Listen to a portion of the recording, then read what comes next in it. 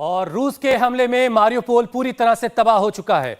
रूसी हमले के बाद मारियोपोल में हर तरफ धुएं का गुबार है। पूरा का पूरा इलाका किसी खंडहर की तरह से नजर आ रहा है। मारियोपोल शहर पूरी तरह से, अब ये देखिए, आप ड्रोन से ली गई तस्वीरें हैं। तमाम जो इमारतें आपको दिखेंगी सारी की सारी खंडहर में तब्दील हो चुकी हैं। शायद ही कोई ऐसी इमारत हो जो आपको सही सलामत नजर आए। और लगातार इतनी बमबारी इस शहर में हुई है, उसका अंदाजा आप इन तस्वीरों को देखकर लगा सकते हैं। ये जो तस्वीरें हैं ये ड्रोन से ली गई हैं और जहां दूर तक आपकी नजर जाएगी कोई भी एक ऐसी इमारत नहीं है जो आपको प्रॉपर स्ट्रक्चर नजर आ रहा हो या फिर ठीक स्थिति में हो। हर इमारत को नुकसान पहुंचा है और सबसे ज्यादा हाई राइज बिल्डिंग को निशाना बनाया गया है।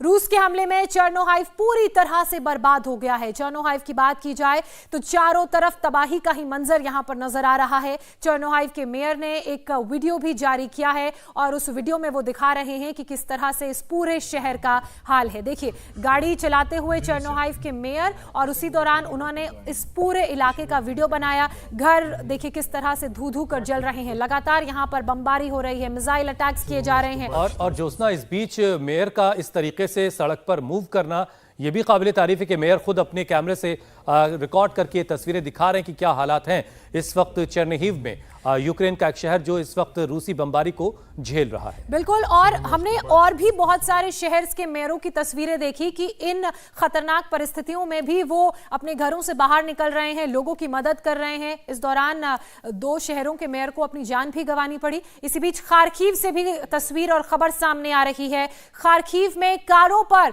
मिसाइल से हमला हुआ है। मिसाइल अटैक में दर्जनों कारें जलकर खाक हो गई हैं। रूसी हमले में दर्जनों जो गाड़ियां हैं, जो कारें हैं, वो जलकर खाक हो चुकी हैं। उसकी तस्वीर भी हम आपके सामने रख रहे हैं। देखिए, ये गाड़ियां यहां पर खड़ी थी, पार्क्ड थी, और यहां पर मिसाइल से रशियन फोर्स ने हमला किया और उस मिसाइल अटैक में पूरी तरह से गाड़ियों को नुकसान पहुंचा है।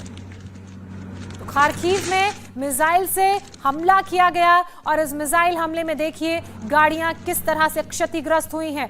ये जो इलाका आप देख रहे हैं रेजिडेंशियल इलाका नजर आ रहा है, जिसके बाहर पार्किंग का स्पेस है जहां पर गाड़ियों को खड़ा किया गया था, और बीच में आपको सड़क का वो हिस्सा भी नजर आ रहा है जहां पर ट्रैफिक लाइट दिख रही है। और ऐसे में जब इसको निशाना बनाया गया तो गाड़ियां बुरी तरह से क्षतिग्रस्त हो गई। 1-2 नहीं बल्कि बहुत ज्यादा संख्या में यहां पर बाहर गाड़ियां पार्क्ड हैं, खड़ी हैं, जिन्हें निशाना बनाया गया रशिया द्वारा। हुसैन, और रूस यूक्रेन में जारी युद्ध के बीच एक और बड़ी खबर आपको बता दें। रूस ने न्यूक्लियर वॉर की खुली धमकी दे दी है।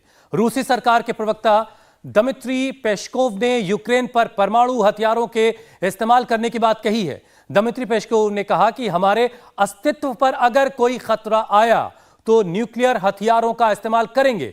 वहीं पुतिन ने कहा है कि सेना को अलर्ट रहना है। सेना को अलर्ट रहने का आदेश पुतिन की तरफ से भी दिया जा चुका है। और ना सिर्फ सेना को अलर्ट रहने का आदेश दिया गया है, जो न्यूक्लियर ट्राइडेंट होता है उसको भी स्टैंड बाय पर रखा गया है। और हमने रशिया के प्रवक्ता का बयान सुना ही, उन्होंने कहा कि अस्तित्व पर खतरा आया तो हम न्यूक्लियर वेपन का भी इस्तेमाल करने से परहेज नहीं करेंगे। और यही कारण है कि न्यूक्लियर ट्राइडेंट को अलर्ट मोड पर रखा गया है। न्यूक्लियर ट्राइडेंट का मतलब हवा से, जमीन से और समुद्र से, तीनों ही रास्तों से हमला बोला जाएगा यूक्रेन पर, और जो वॉरहेड इस्तेमाल होगा वो न्यूक्लियर वेपन होगा। मतलब तबाही इतनी ज्यादा होगी कि ना सिर्फ यूक्रेन इससे तबाह होगा बल्कि आसपास के जो पश्चिम के दूसरे देश हैं वो भी इसकी चपेट में आएंगे। बिल्कुल, और पूरी दुनिया के लिए बहुत ही खतरनाक बात है ये। हालांकि जो जानकार हैं दुनिया भर के, वो ये कह रहे हैं कि वर्ल्ड ऑर्डर में रशिया की पोजीशन को चेंज करने की जो एक लड़ाई चल रही है वो दरअसल पूरे